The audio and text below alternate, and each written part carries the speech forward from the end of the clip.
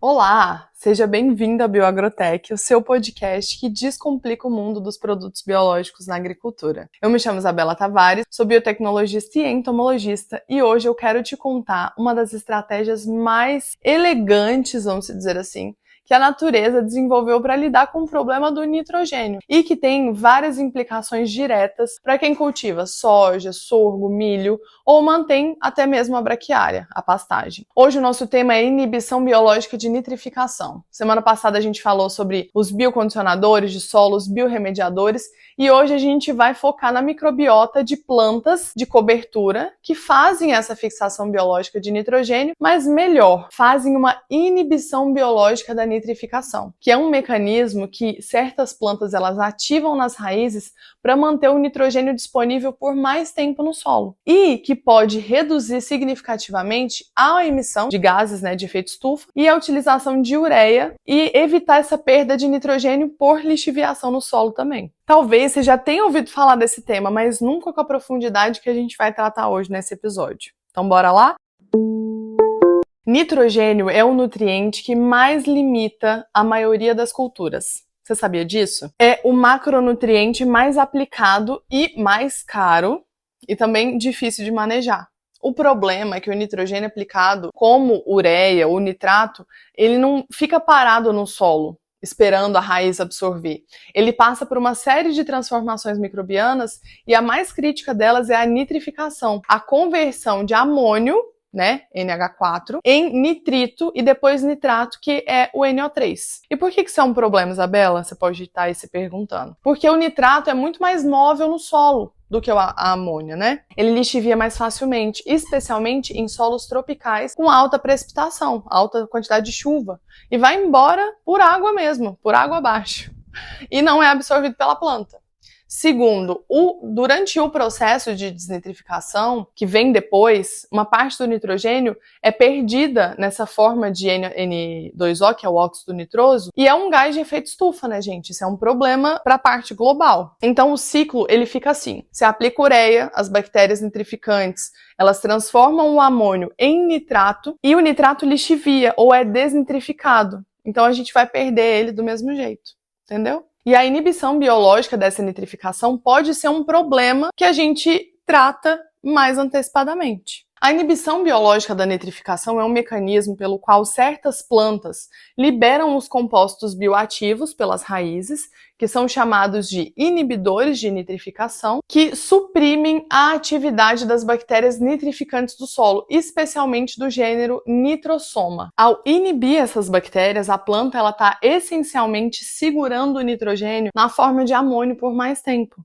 E o amônio tem maior adsorção às partículas do solo. Ele é menos sujeito à lixiviação e à desnitrificação. O resultado, que a gente espera, é mais nitrogênio disponível para a planta por mais tempo e menos perda por lixiviação. E menos emissão também dos gases de efeito estufa, Falando em pastagem e plantas de cobertura, conforme eu falei para vocês no início, eu estou me baseando num artigo que foi publicado em 2025 pela Embrapa Agroenergia. Eu vou deixar o link para vocês aqui na descrição do episódio, caso vocês queiram conferir também. Ou até mesmo entrar em contato com a gente pelo WhatsApp, saber mais sobre a mentoria, consultoria, saber sobre o curso de manejo biológico.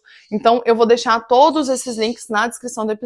Na verdade, é um link só, você clica e vai ser redirecionado para uma outra página que você pode escolher o que você precisa. A espécie com maior capacidade dessa nitrificação, dessa inibição, foi documentada nas forrageiras tropicais, que é o quê? Braquiária.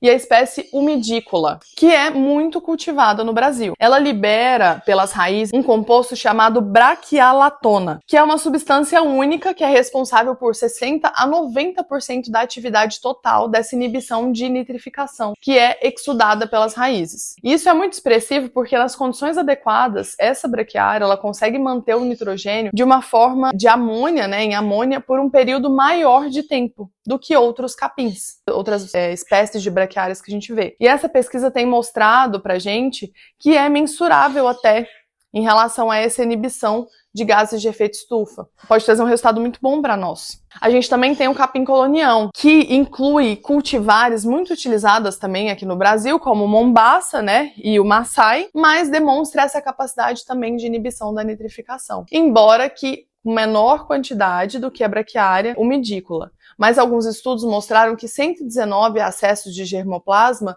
do capim colonião foram identificados e ajudam aí de 30% a 70% nessa parte de nitrificação, né, de inibição. E isso é muito bom, porque a gente tem um banco genético gigantesco na Embrapa e a gente pode selecionar para ajudar no melhoramento. Tem o sorgo bicolor também, que auxilia, e esse tá o ponto que é muito interessante, porque a gente já utiliza o sorgo, olha que beleza. E o sorgo bicolor, ele produz compostos com essa atividade também de inibição da nitrificação. E os principais identificados foram 2 compostos com um nome super difícil, que nem vou falar para vocês, que têm demonstrado uma atividade dessa inibição também em condições de laboratório e de campo. Mas por que isso vai importar? Porque a gente já faz, gente, a rotação de soja e sorgo em várias áreas do Brasil. E é uma estratégia que para muitos produtores, especialmente produtores do cerrado, elas podem contribuir para esse nitrogênio ficar mais tempo no solo. Olha só que beleza. Esses estudos mostram que o sorgo com essa alta capacidade, quando utilizado em rotação, né, pós-soja, eles ajudam a reter esse amônio no solo e aumenta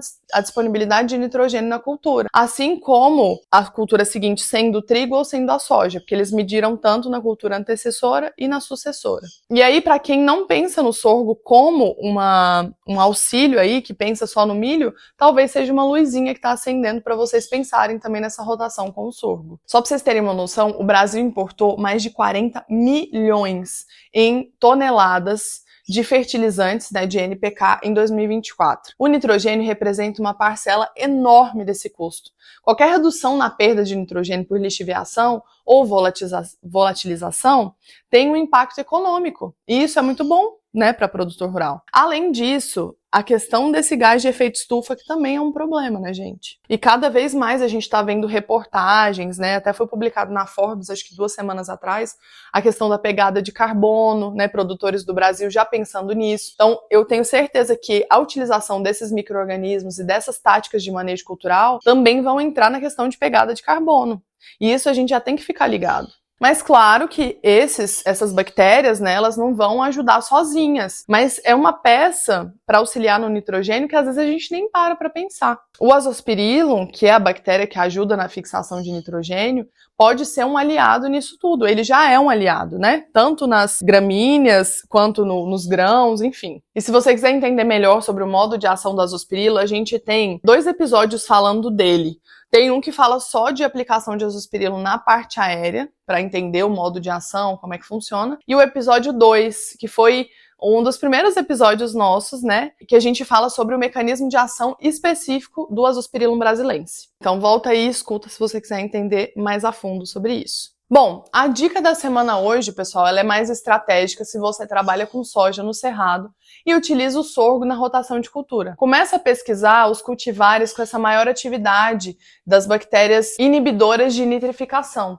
As empresas de melhoramento ainda não estão listando elas dessa forma, né, com esse critério oficial, mas a pesquisa já existe e a Embrapa já está mapeando alguns. Então, vocês já podem ir raciocinando, pensando, conversando com o pessoal sobre isso. Enquanto isso, faz uma escolha de um capim certo, né, uma pastagem priorizando aí, se for o seu caso, uma braquiária umidícola ou até mesmo sorgo, que vai permitir você a auxiliar nesse sistema produtivo como um todo, até na questão de nematóide, eles vão ajudar bastante, né? Não para pretilencos, mas para galha, para cisto, enfim. E já começa a pensar também na utilização junto com a Azospirillum. Colocar um Azospirillum junto com o sorgo, por exemplo, um Azospirillum junto com a braquiária, que isso vai te trazer um resultado dobrado, porque eles vão ajudar na matéria seca também. E a gente tem um episódio inteiro falando sobre micro-organismo na pastagem. Se vocês quiserem escutar, tá aí já disponível até em vídeo no YouTube, no Spotify, nas outras plataformas também. Então, resumindo, já pega papel e caneta para anotar e ficar por dentro. As bactérias